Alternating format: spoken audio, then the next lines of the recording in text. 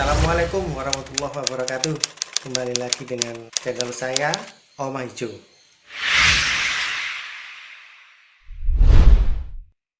Kita sekarang sedang komunikasi Zoom jarak jauh dengan salah satu anggota LSM. Oh, mokong iki. Moro-moro rai ini betungul. Iki mek 40 menit, Mat. Anu nih, Mat.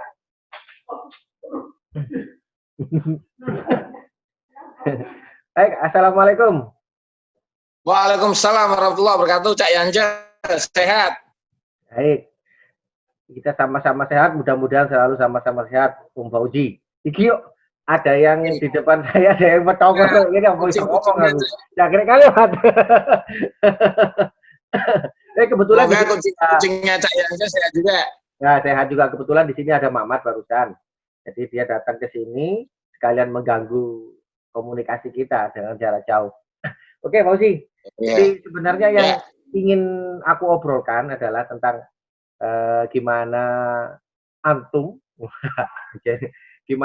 dulu berkiprah besar di HMI Cabang Malang, terus kemudian MI, terus kemudian ke politik praktis, gitu ya. Jadi kan kita tahu keadaan atau apa namanya gaya-gaya kita waktu dibesarkan di LSMI dulu itu kan memang kita sepakat untuk apa namanya tidak politik mahasiswa, politik HMI pada posisinya gitu ya. Nah ternyata ente itu ternyata seorang ahli politikus yang lahir dari LSMI gitu. Nah ini kan apa namanya?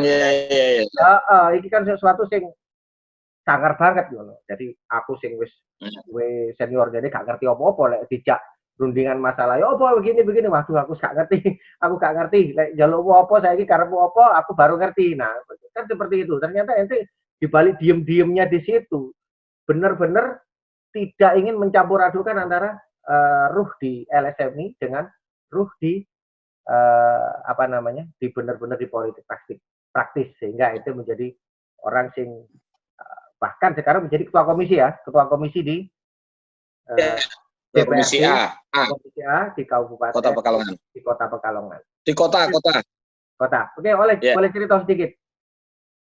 Oke, jadi gini Mas. Assalamualaikum warahmatullahi wabarakatuh. Waalaikumsalam. Iring salam dan doa buat semuanya saja yang ada di sana. Salam hormat, salam takdim kepada semua senior LSMI. Semuanya saja di situ kasih tahu si keriting, nggak usah terlalu banyak mengganggu. Kalau nanti mengganggu, saya luruskan rambutnya.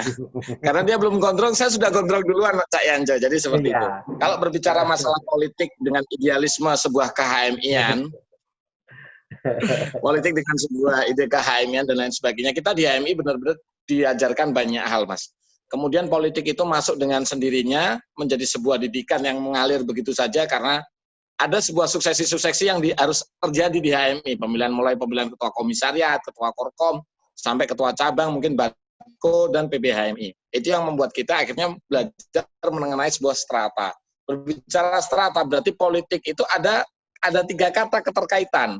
Ideologi, politik, dan strategi. Sebelum berpolitik kita berideologi dulu. Ini yang saya pegang.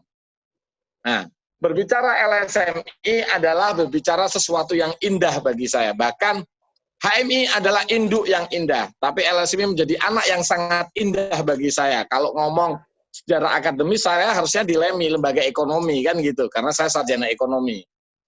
Tapi saya ini memang notabene, Mas Cak Yanja, dari kelas 2 SD itu sudah hidup di dunia teater, namanya teater kristal.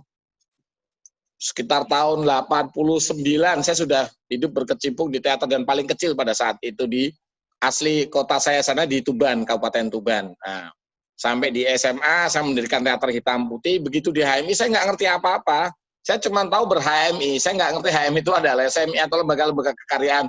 Mungkin karena komisariat saya komisariat kecil ya, komisariat Gajayana, tidak begitu terkenal dan susah untuk berkolaborasi dengan yang lain. Maka di situ saya ketemu sahabat saya namanya keriting itu, Mamat itu, Ince itu, si Ince. Ya, Ince yang itu siapa lagi? Ya. Hakim Dahlan itu ya. Karena apa? Kami sama-sama orang bergerakan, tukang demo, walaupun sekarang di demo ya kan, dipukulin bapak-bapak juga sama-sama berdua, ngeroyok orang juga berdua ya kan, dengan omek-omek yang lain wajar lah. Itu bagian dari dinamika masa muda kami dulu. Ternyata dia main gitar dan lain sebagainya, kalau nggak salah di convert cap ke berapa itu ya, turunnya Mas Cucu dan naiknya Mas Lukman. Ada beberapa mahasiswa senior-senior, rambutnya gondrong-gondrong, lagi bermain gitar dengan asiknya, menyanyi-nyanyi. Siapa ini? Kalau nggak salah di situ yang paling terkesan sama saya, dengan wajah agak sepuhnya, tapi dengan gondrong keritingnya Mas David. Atau saya panggil Ebes. Ebes itu pertama kali saya ngasih julukan, Cak Yance. Di situ saya seperti menemukan rumah baru. Tapi tetap dengan induk yang saya banggakan, yaitu HMI. Bernama LSMI. Kan waktu itu Cak Yance Bendum ya, kalau nggak salah ya. Iya. Bendum cabangnya ya, waktu Konvercap ya, Cak ya. Ya. Di situ saya diajak sama Mamat dan lain sebagainya, kita ngobrol banyak. Terus saya ngomong, saya orang teater, adakah teater di sini? Nggak ada yang punya kemampuan teater, ada, tapi divisi teater nggak ada. Oke, saya gabung dong, gitu. Oke aja, tapi nggak dipanggil-panggil, Cak. Nggak diajak aja. Ada dipikir, wah. Itu si Ince itu kurang ajar. Ya. Jadi Ince itu hubungin saya hanya karena dua hal, Cak. Yang satu, kalau mau demo. Mamat ya, Ince. Ya, Ince, Mamat, sorry Mamat. Karena dua hal dia nyari saya. Ya. Nggak pernah kritiknya, nggak pernah. Dulu selalu pakai bandana gitu. Bandana. Sama kaosnya Che Guevara, kayaknya nggak punya kaos lain dia. Ternyata menutupin rambutnya yang keriting jelek gitu, Kak. Jadi Mamat itu dulu ngubungin saya karena dua hal, Cak. Bukan karena LSMI. Yang pertama kalau mau demo, ya ada sebuah pergerakan idealisme yang kita tanamkan di sana. Yang kedua kalau mau kelahi sama orang. Ini ada kelahi, oke. Nah, pada saat itu pasca Kongres PBHMI di mana ya? Di Jakarta apa yang Balikpapan itu kan ada musda itu turunnya Mas Panjul tuh. Nah, saya dicariin Cak David sama Cak Mukti waktu itu, digoncengkan Mamat mampir ke kampus nyariin. Tahu Fauzi di mana? Tahu Fauzi di mana? Setiap orang ditanya Fauzi mana, Fauzi mana. Akhirnya ketemu, ya saya masih gondrong dan keren banget, maaf ya Ince. Ketemu ngobrol, tolong dibuatkan sebuah naskah untuk ditampilkan di Musda Bako di Surabaya. Oke, saya bilang, saya bingung nggak ada naskah. Durasi waktunya berapa menit, Cak? Nggak sampai 15 menit. Pusing kan, saya nggak sampai 15 menit pada sebuah adegan teater yang harus mendadak. Disitulah tercipta Setengah Tiang di Negeri Deglek. Jadi sebuah naskah tanpa komunikasi verbal yang jelas, tapi menggunakan bahasa-bahasa Tarsan. Waktu itu saya lagi ngidolakan Marsupilami, kartun Marsupilami. Babi bu, bibaba, lah seperti itulah dialog-dialognya. Tapi konteksnya luar. Hah? Gimana, Cak? Ya, betul. Ya, betul, Cak. Kayak bututnya Ince tadi ya. Ya, betul.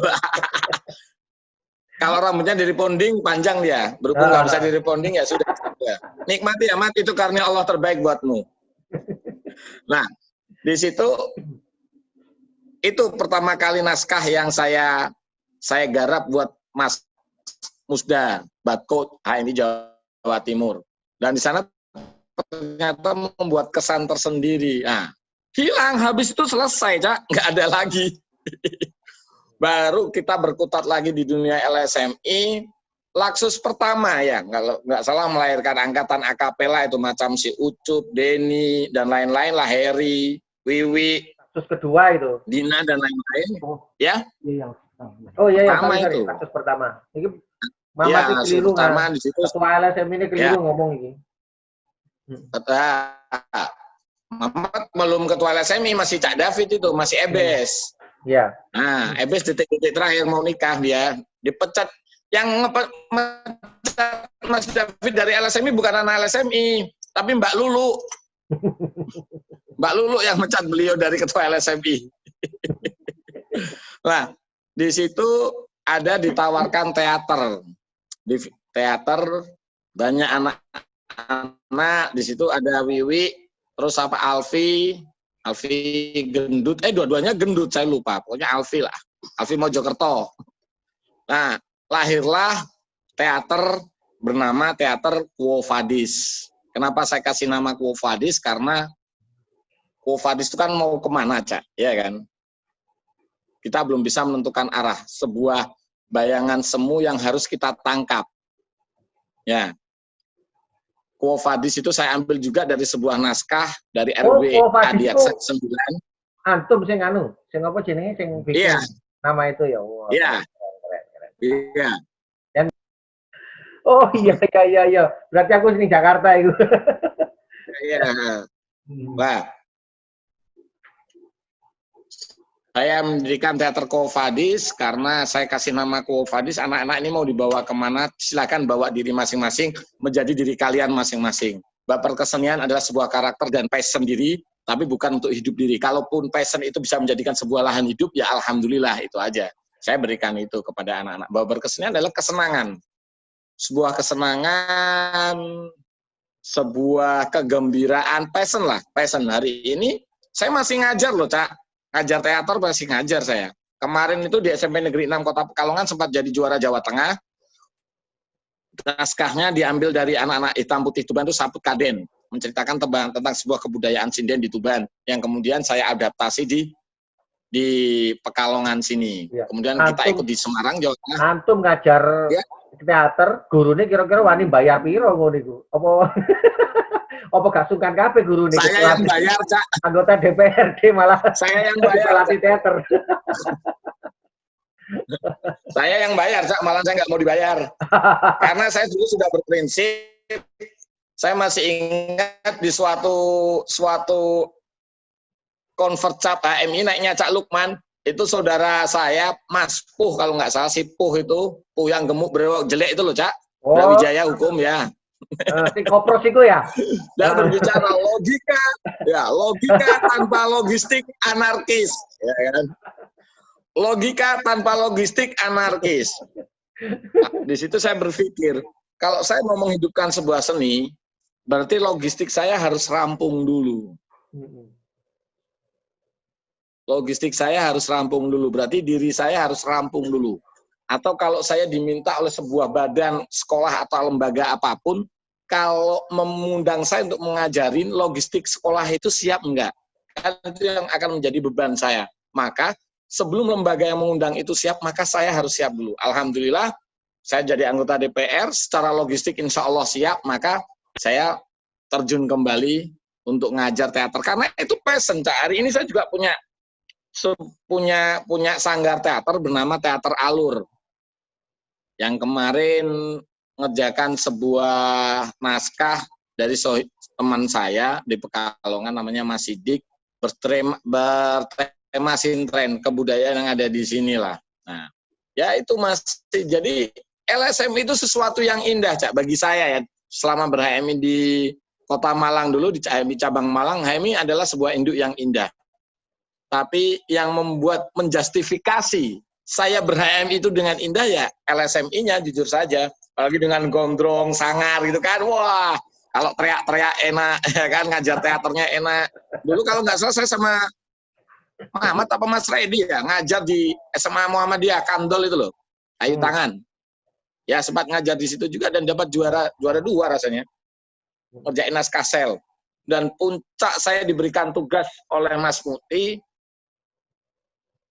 di masa-masa periode akhir saya di HMI cabang Malang maupun di LSMI itu pada saat seni Islam menembus batas kalau nggak salah itu Mas David itu yang buat di UMM.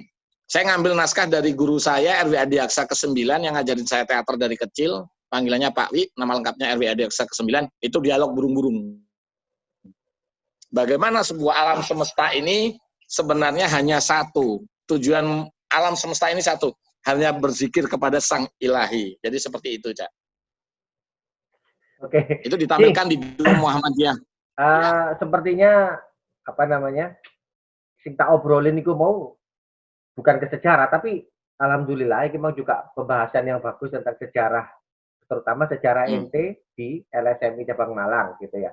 Nah, itu juga akan berkesinambungan dengan pertanyaanku yang tadi, bahwa ente itu kok kenapa moro-moro memilih ataupun bisa menjadi anggota dewan. Nah, itu kan membutuhkan kecelakaan itu.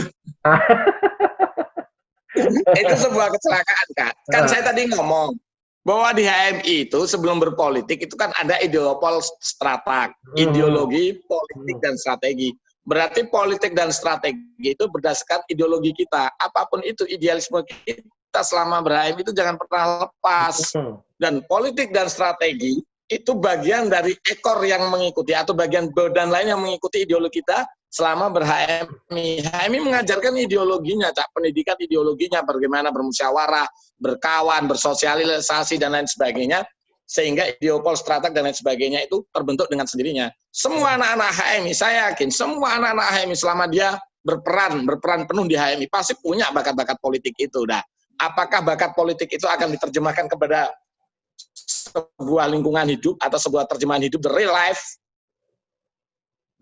yang sebenarnya, apakah tidak, itu urusan pribadi masing-masing. Kalau saya sebenarnya semi-semi kecelakaan, Cak, gitu, untuk jadi anggota dewan.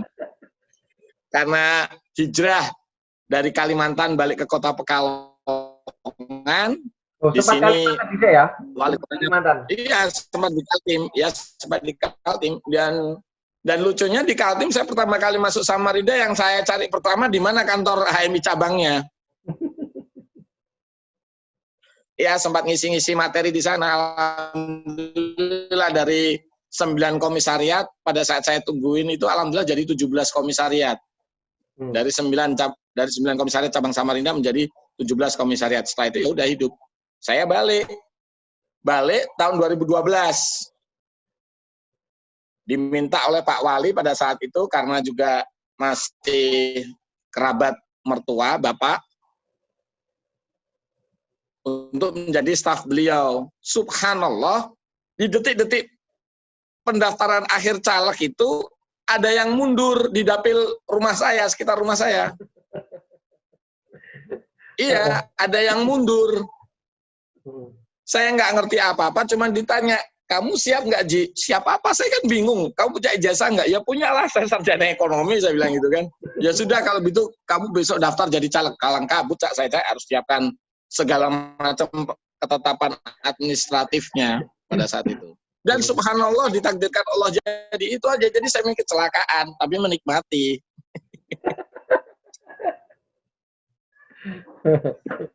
Walah. Yeah. Nah, terus dari kecelakaan, kemudian sekarang akhirnya setengah bernafsu untuk periode yang kedua gitu ya. Kalau itu tuntutan, Kaca. Tuntutan ya. Karena nafsu, tuntutan. Nah, ya, karena gitu. Begini, ya, DPRD di kota itu kan DPRD yang langsung kota tingkat 2 lah, itu kan yang langsung bertatap muka langsung dengan konstituen setiap harinya. Alhamdulillah, bahwa prinsip idealisme atau ideologi yang ditanamkan di HMI itu dulu, kalau dulu saya harus berdemo untuk menyuarakan sesuatu yang ada di telinga masyarakat, ya kan? Saya harus berdemo, saya harus ngetuk pintu-pintu bapak-bapak legislator itu. Tapi saya tetap tidak bisa mengeksekusi, saya hanya menyampaikan. Saya tidak bisa mengeksekusi apa yang harus saya sampaikan. Apakah itu akan tereksekusi dengan baik apa tidak di masyarakat? Kembali ke masyarakat, saya nggak paham. Saya hanya melakukan pengawalan sampai selesai pun seperti apa di dalam menyelesaikannya saya juga nggak ngerti. Yang penting apa yang ingin saya perjuangkan itu tuntas. Dan hari ini saya tiap hari ketemu dengan konstituen saya, tiap hari. Dan saya janji sama mereka pada saat kenapa mungkin Allah Ta'ala menakdirkan janji, dan saya harus memegang janji itu. Saya bilang kepada orang di setiap pertemuan sosialisasi, saya tidak punya apa-apa. Saya cuma punya satu. Apa Pak Fauzi? Apa Mas Fauzi? Waktu itu kan. Saya cuma jawab, saya akan hibahkan diri saya untuk membantu antum semua selama 24 jam. Kecuali 3 hal. Yang pertama, kalau saya sakit. Yang kedua, kalau saya lagi tidak di tempat, luar kota dan lain sebagainya. Yang ketiga, kalau Allah sudah harus memanggil saya. selama 3 syarat ini tidak ada, insya Allah 24 jam saya akan bantu masyarakat, dan alhamdulillah sampai detik ini, walaupun tidak bisa begitu sempurna karena kesempurnaan milik Allah, saya tetap lakukan itu. Nah, di sini saya bisa mengeksekusi langsung bagaimana perihnya sakitnya masyarakat apabila tidak bisa bayar sekolah. Bagaimana perihnya sakitnya masyarakat apabila ngurus KTP, KK, akte kelahiran, dan lain-lain agak susah. Bagaimana perihnya masyarakat harus ngurusin orang sakit susah. Di situ saya bisa berperan. Ini aja barusan dari salah satu RSUD, saya harus mengawal 2 konstituen saya, bukan hanya 1, 2, ya biar agak-agak nyaman aja gitu loh. Jadi kesulitan-kesulitan, lika-likunya BPJS, bagaimana dan sebagainya, kan kita harus turun untuk tiap hari. Maka itu menjadi sebuah pemutahiran senjata apabila kita ingin terus bersuksesi lagi untuk yang kalau Cak Yanjeng ngomong berpolitik praktis tadi pada sebuah kedudukan. Karena kalau tidak punya modal itu, modal sosial masyarakat itu, maka akan menjadi percuma. Itu, Cak. Okay. Alhamdulillah bisa ngeksekusi langsung. Kalau dulu kan harus ngetuk pintu dulu tuh sama si Mamat tuh. Tok, Pak Dewan, mohon maaf tuh rakyatmu lapar kan dulu. Kalau sekarang diketok, Pak Fauzi, ya anak saya sakit gigi, kayak gitu. Oke, Fauzi, ini kayaknya cukup waktunya cukup lama. Soalnya orang-orang biasanya kalau ini mau kita tayangkan lebih dari 20 menit, maka akan bosan. Jadi tadi 15 menitmu itu sudah cukup banget, dan aku sampai ketemu. Sampai aku ketengengan, aku udah takon opo iki malian, karena memang apa yang seharusnya saya tanyakan sudah kamu jawab duluan tadi, jadi nggak perlu tanya jawab, kamu sudah bisa menerjemahkan apa yang saya inginkan, termasuk ditambahi sama termasuk ya, nanti pertemuan berikutnya harus ngomong masalah yang lain. Ini tadi hanya sebagian cuplikan sejarah tentang ente. Terus kemudian bagaimana ente sekarang berkiprah, itu wis cukup. Jadi mudah-mudahan ini menjadi inspirasi banget siapapun nanti, baik kader-kader HMI, bagus siapapun saja yang mendengarkan kisah ente gitu. Jadi semacam buku setengah putih, setengah kuning, setengah abu-abu, buku putih gitu ya. Sejarah ente sampai kiprahnya dari HMI, dari LSMI, yang yang tidak ngurusi masalah politik kampus, kemudian akhirnya harus sampai kepada politikus sejati, atau artinya politik praktis di kemudian hari. Jadi hebat banget ente cara sing ono di atine ente dengan cita-cita itu, mudah-mudahan bisa ditiru oleh teman-teman yang lain. Oke, Fauzi, apakah ingin ada yang disampaikan lagi? Buat untuk adik-adik LSMI yang hari ini masih berkecimpung di LSMI, jangan pernah tinggalkan, jangan pernah pergi dari LSMI, karena LSMI adalah bagian gubuk kecil dari rumah besar HMI yang sangat indah, yang sangat sayang ditinggalkan, dan itu akan selalu terkesan di dalam otak dan hati kita. Itu aja, tetap merunduk dan tersenyum. Billahi taufiq wal hidayah. Assalamualaikum warahmatullahi wabarakatuh. Waalaikumsalam warahmatullahi wabarakatuh. Akhirnya kita akan berpisah dengan Oma Ijo. Sampai jumpa kembali di Oma Ijo pada kesempatan yang lain, dan inspirasi yang lainnya. Oke, Assalamualaikum warahmatullahi wabarakatuh.